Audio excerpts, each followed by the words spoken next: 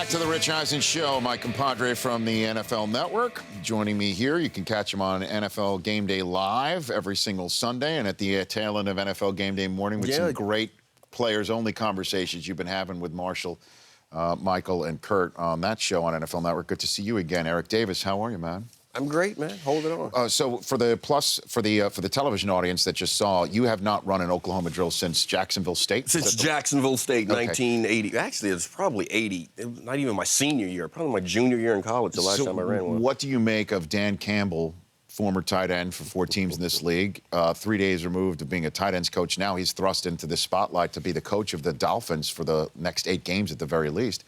What do you make of him running an Oklahoma drill today? Well, he's walking in trying to say, okay, there's a new sheriff in town. I get that. He's trying to say that things are going to be different now. I get that. You just hope no one gets hurt. So what is Sue thinking? What is Sue with his 9-figure deal? And what is Wake? What are these guys who are veterans of the game thinking about what Dan Campbell's doing today, do you think? Probably that this is ridiculous to go ahead and do that banging. No one wants to bang on their own guys during the season like that.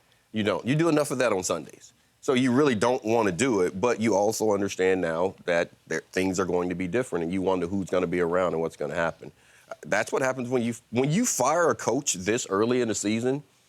You're telling the locker room the season's over. It's going to be hard to get guys' attention, so that's what Campbell's trying to do now. He's trying to get everyone's attention. You guys may pay attention. That doesn't mean they're going to like doing what they're doing. But it's 1 and 3. You think guys are in that Dolphins locker room are backing up the U-Haul right now for the end of the season? What changes? You just fired my head coach because you didn't like the direction things were going in. I'm on the defense. I'm on offense. I'm on defense. I still have the same coaches. The only thing that changes the head coach who's coming in, standing at the podium when the head coach is going to meet with everyone. The last person to speak in the huddle or when you call everyone up. That's the only thing that's really changed. If you have the same coordinator, you have the same guys on offense and defense leading it, same playbook, what's different?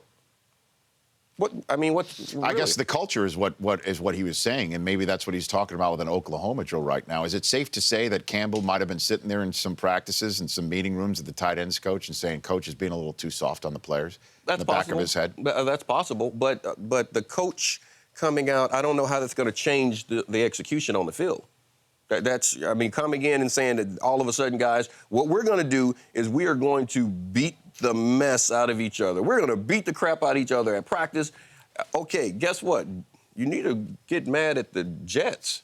You need to get mad when you play the Patriots. You need the guys on Sunday. Right. Those are the guys you have to beat up. I played on some really, really good teams that never touched anyone. I had entire training camps where I didn't touch the ground.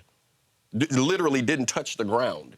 And we'd win 13, 14 games during the season because the other guys were the guys that we really wanted to beat up. Eric Davis joining me here on the program. Ryan Tannehill, moments ago, according to Jeff Darlington's Twitter feed, which I follow, said that, and I want to get this accurately, quote, unquote, I said nothing about a paycheck. I hold myself to a higher standard to say something like that in regards to the story that he barked at a practice or a scout team player who picked him off saying, enjoy your scout team paycheck. He did admit, however, that when the walkthrough got heated, he did make the quote-unquote scout team trophy comment that congratulations, you win a scout team trophy. You're laughing. Are we making too much of something like this? Guys say things at practice and you get on one another and it's highly competitive. Remember, scout team, starting quarterback, all alpha males. You have 60-something alpha males on that field. And you have to be in that locker room, and then you decide who's the alphas of the alpha males. That's pretty much what happens in a locker room. Do I think there was anything blatantly heinous by what he was trying to say? No. He didn't deny saying the other aspects of it, just the paycheck. Do I think he said it? Yes. You do? Yes, I think he said it. I don't think he meant anything by it. Right. When you have an opportunity, whatever you can get on a guy about, you do in the locker room. That happened to carry over onto the field. It gets competitive, and I don't think he meant anything by it, but I think he said it. So, to be going now forward with 8 games to go, what do you think the Dolphins' record winds up being? We're not going to go through the schedule. We're going to do the schedule game later on for the Seahawks in our Sports Jeopardy segment. I don't even know exactly what their record's going to be. What I do believe is that the hopes of making the playoffs are gone. That's what I believe. Wow. That's. I just think it's very difficult to get the number of guys that you're going to have to believe that things can happen now when you're listening to the same voices. Philbin was not the guy sitting in the meeting room with them. Your head coach doesn't sit around and tell you what to do and give you the game plan and do all those things. Those guys are still in place. They're still in place. So if I didn't have belief in those guys before, I'm not going to have belief in these guys now because in my mind, I'm already assuming that they're going to be fired. I've been in the league. I've been around. I see what happens. Interim coaches don't get hired. I mean, Todd Bowles should be the coach there. He was the interim there. He should be their coach. They don't get hired. So I know that this coaching staff is gone. So your mind starts to go to different places. So you have this week. You come out this week, things go well. Maybe some guys can lock in. Then it better go well that next week. If it doesn't, in trouble. I'd like you to stick around for the top of the next hour. I want to talk about what happened at the end of the Seahawks game. I want to talk about Cam Chancellor's role in all of that, because we've been talking about what Cam Chancellor means to this team. Boy, did we ever see that. And also for the listeners and viewers of this program, call 844-204-RICH. Later on, I want to run through the next 6 games of the Seahawks schedule with you and figure out what this team's going to do, because they're back to 2-2. They're back out of that 0-2 hole. I want to see what the defending NFC champs, what you think they're going to be by the halfway part, or at least past that on the program. But I got to take a break right now because Todd Gurley's coming up on the show. Let's do it. And I also want to ask you about Kaepernick, because he's under the Sunday Night Lights this week. Okay, who? Yeah, right. We're back in just 66 the clock with a new, fresh face who burst on the scene from Georgia, now in St. Louis. I like the kid. Todd Gurley next on the Rich Eisen Show. How much fun was that? We just got to meet Luis Guzman back there. That was great.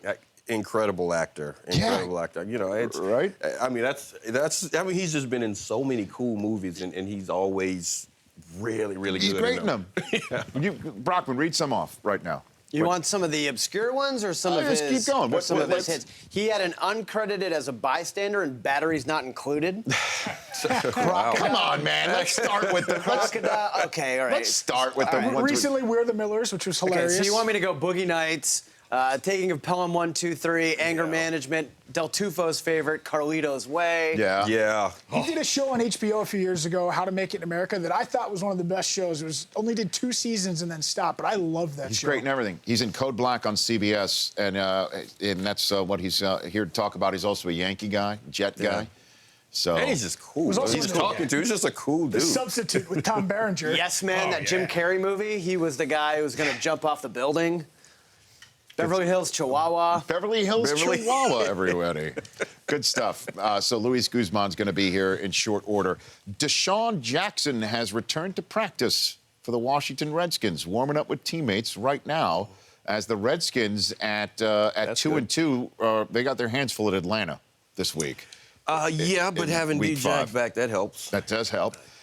Andrew Luck officially listed as questionable for tomorrow night's game. You know who's also questionable is Matthew Hasselbeck, which may be a reason why Josh Johnson's been re-signed after being released on Monday. Someone has to throw the ball at practice. Somebody's got to throw the ball tomorrow night. Yeah, that helps. Who do you think it's going to be?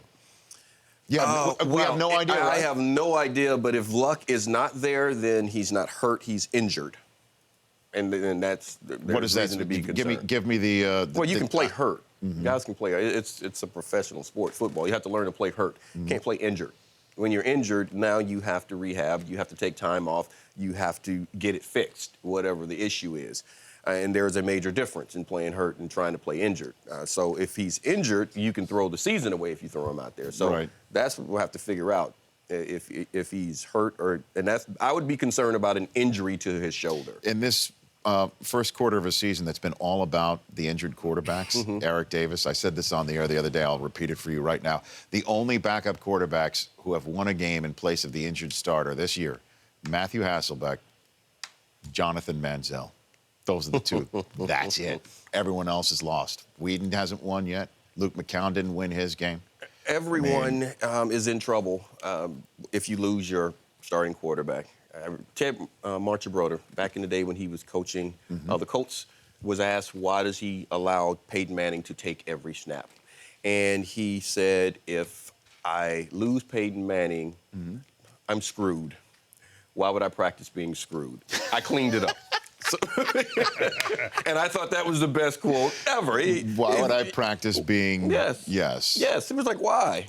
Why would I do that? Right. And that's every team. If you're starting, it's hard to find a starting quarterback. Yes. Hey, think about the difficulty of finding two guys that can actually run your offense.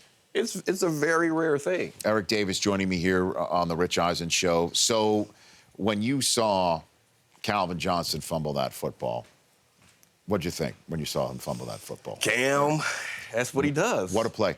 I mean, that's what he does. The fact that poor Calvin, the first split second, he removed the ball from the side of his body with his left arm to begin to try and extend it to the goal line is the very moment Cam saw his opportunity. Do you think that was that instinct, or he saw that in the middle of the moment, goes, okay, he just moved the ball, I'm going to go punch it out? Well, he's instinctually going for the ball. He was trying to punch the ball out regardless, but now you have, and that's two players trying to make a play. And a lot of people are saying, he has to protect the ball and you have to do these things. Like, no. That's a great play by Cam. That's what Cam does. He is a playmaker. He is the heartbeat of that defense. You expect him to make those plays over and over, and he expects to make those plays, and they never finish. That's why that defense is so good. The play is never over. That's just he won that snap, and poor Calvin. Yeah, well, and had KJ Wright been properly called for batting the ball out of bounds, had he been properly called for that? Yeah. What? What's your face, right? I don't have. Well, you know what? I don't have an issue with it. I will tell you what. Until you get the rules set, it's a judgment call. You don't think he purposely batted that ball out of bounds? Well, I'm not saying that. I'm saying it's a judgment call, and when you leave that judgment up to a ref, that's what you have to deal with. How many times do they throw a flag for pass interference? And it's not necessarily pass interference, but that's a judgment call. A hold, it's a judgment call. Defenseless receiver, judgment call. I think Belichick is right. Every reviewable play, every flag, a ref should be able to throw the flag. Do it like tennis. If you lose, then you lose your ability to challenge. But if it's right, get it right. If it's wrong, get it wrong. Make everything reviewable. So that's what I'm saying, too. Since that's the rule, because remember, judgment call means opinion. In that ref's opinion, it was okay. You have to live with it. I don't know. I don't think he made an opinion. I think he was too busy looking at the feet to see that everyone expected KJ Wright was going to grab it, and if his feet would be in bounds for it to be a legal recovery with both feet in bounds, and he was looking not at the bat, but he was looking at the foot and didn't see in real time whether the ball was intentionally batted out or not, and thus no call. If I had to go ahead and CSI this thing, I agree that's the way I would go with it. I agree that could be the case, but since it can't be reviewed, which is ridiculous, because and Dean Blandino, who I love, said after looking at it, that looks intentional, but we can't review it because it's a judgment call, and you can't review judgment calls. Well, we were just able to judge the judgment call by using replay, so let's make it agreed, reviewable. Because it's either in that way, it's either right or wrong. So everything, and that's all players want to have. Would you agree? Also, well, I'm not going to say that. Would you agree? Because I'm looking for you to agree, because I said this yesterday. So I'm just going to go out and say it. Had Wright been called, we would have talked about what a goat he was and how that offensive line can't protect Russell Wilson. And sometimes Russell Wilson doesn't help himself by getting the ball out on time. Is that something that, would you, looking at the offense you would talk from about, Seattle? Yes, offensive line play. Russell what are Wilson's their issues play, is basically you would what talk I'm about saying. what are their issues and guys not understanding the rules. Because you have to know the rules. But their offensive, just the concerns, I guess, moving forward, because I'm about to turn to a phone line to find out what a fan thinks the Seahawks are going to look like over the next 6 weeks. Now that they are back to 2-2, the win might have used the deodorant to mask what of the offense on Seattle? Well, they're still having offensive line issues, and they've had that for the last couple of years. Russell Wilson just makes up for a lot of it. Teams are learning how to play him a little better now. And keeping him in the pocket a little bit more, so he's getting hit a lot more. Why isn't Jimmy Graham lining up outside? Like, we're seeing him line up next to the tackle. And what's going on with him in general? That's not Seattle's offense. That's just simply not their offense. Their offense is put everyone in. They're gonna try to run the zone stretch, and they're gonna try to get Russell on the edge and Marshawn running. Part of the reason things aren't going well also is Marshawn's not there. It changes the way a defense has to play. So if you're Jimmy Graham, are you like, I want out of here? If you're Jimmy Graham, if you're Jimmy Graham, you're gonna keep getting your checks, and you're gonna be happy about that, and you're gonna try to do what you can. But that offense is not built around Jimmy Graham like it was in New Orleans. Maybe he and DeMarco Murray can switch spots, right? Because Graham can go to that offense. Let him go to the offense where the tight end's not really called to run block very much. Yeah. And DeMarco can run behind a fullback and run downhill. It wouldn't be a bad trade. Just do it for the right now. teams. It wouldn't be a bad trade. I'm just saying that also because I have DeMarco Murray in my fantasy team. All right, let's play Guess the Schedule right now, presented by Sports Jeopardy do it. on Crackle. Waverly in Seattle, Washington. We're going right to ground zero for this. Waverly, are you there? I am, sir. Okay. How are you? Now I'm going to you here in Seattle a little bit with bated breath because I need a genuine thought process on wins and losses over the next 7 weeks, 6 games, because there's a bye week right there in the middle, week 9. Are you going to give me an honest assessment of how you think the Seahawks are going to fare over the next 6 games, Waverly? I will give you an honest assessment. Yes, sir. Okay, let's get the music for Waverly. Chris Brockman, you will count the wins and losses for me, okay? Guess the schedule. Again, presented by Sports Jeopardy on Crackle. The Seattle Seahawks' next game is at Cincinnati. Waverly, win or loss? Win. Home for the Carolina Panthers in a rematch of the divisional playoff game from last year. Oh, definitely win. Definitely win. At the San Francisco 49ers, week 7. Thursday night football, short week. Now, that's a possible loss right there. So I can't count. Is that a loss or a win? Yes or no? I'll go with the loss. Okay. At the Dallas Cowboys at the Jones Mahal against Brandon Whedon, week 8. Week 8, I think that's when the line starts turning it back around, so I'm going to say that's a win. Okay, then they have a bye week. Home for the Arizona Cardinals. Arizona, Sunday night football, that's when we get rowdy, so I'm going to say a win on that one. And then home for the 49ers. Definitely a win on that one, too. Okay, that's a 5-1 mark there from Waverly. Wow. All right, he said he would give me his honest assessment. I think there's a little bit of homerism in there. No. No. Okay, Waverly, thanks for calling in. I appreciate it. We encourage you to go to crackle.com/sports-jeopardy and test your sports knowledge while watching the latest episode of Sports Jeopardy on Crackle, hosted by our good buddy DP. Season 2 is underway with a new winner-go-home format. Last year's winner won $50,000. Catch a new episode every Wednesday, also known as Today. Watch Sports Jeopardy only on Crackle and crackle.com. So this game against Cincinnati, though, would concern me, wouldn't you, this week? He gave him a win. Cincinnati's playing well. I'm not so sure about that one. That one and the... what about Carolina at home? Carolina at home, they're so similar. And I could see, especially if Kuechly comes back for that one, I kind of see that as a win for Carolina. So what would you give Seattle? I think they'd win the rest of them. I mean, I can see 2 losses. So that would make them 2-4 and in serious dire straits going into the home of Super Bowl 50 on a short week on NFL Network They'd win and the, CBS. They'll win the next 4. Okay, at Dallas. Home Yeah. for you think they win at home against Arizona? Yeah. That's the one that would certainly give me pause. It's in Seattle. It is in Seattle. So they win that one? They win in Seattle. Okay. Yeah, they Then win. win out. So Yeah. they go 4-2. Yeah. But they'd go 0-2 first, which would be pretty dicey. 6-4 through. I don't think that team would stress out about it because they know those games are coming up at home and they know they're going to win at home. And what's with Kaepernick?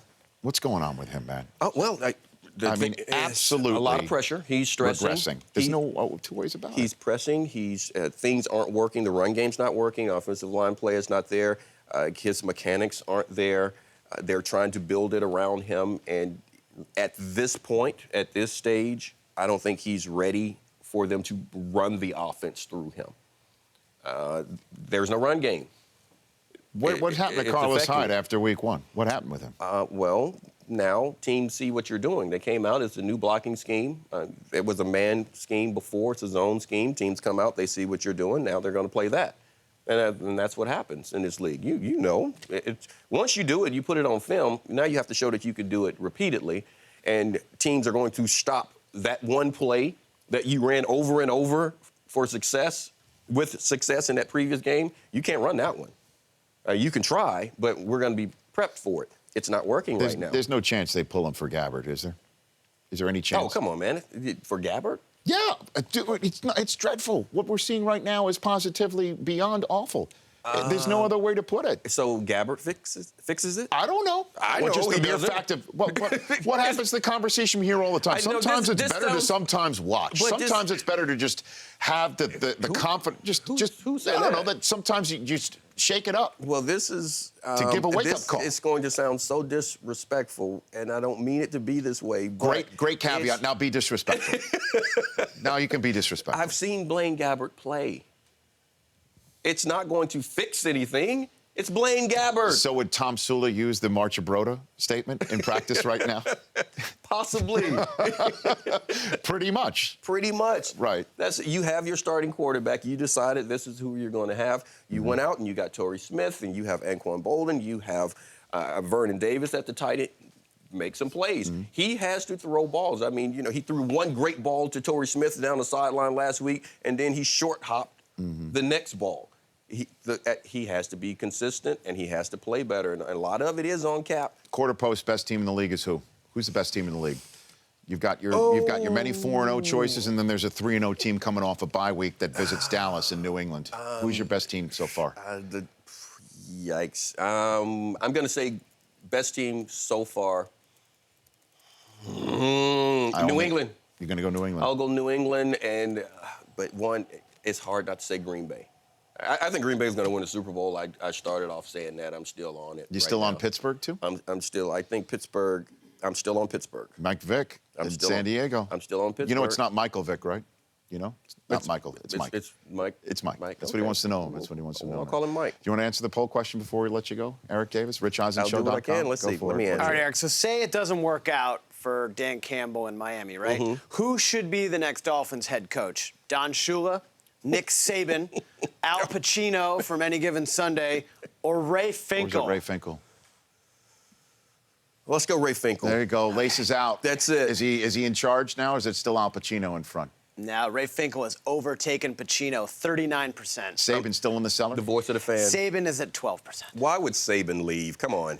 Why? Why would Saban leave? He can get every first-round pick he wants right now, and the man makes $1 gazillion for 10 games a year. I don't know. Maybe just to come back and To come back and do what? Come on, man. If he leaves there, he's going to Texas. He's not going not to coach Dallas or Houston. That. I know what you mean.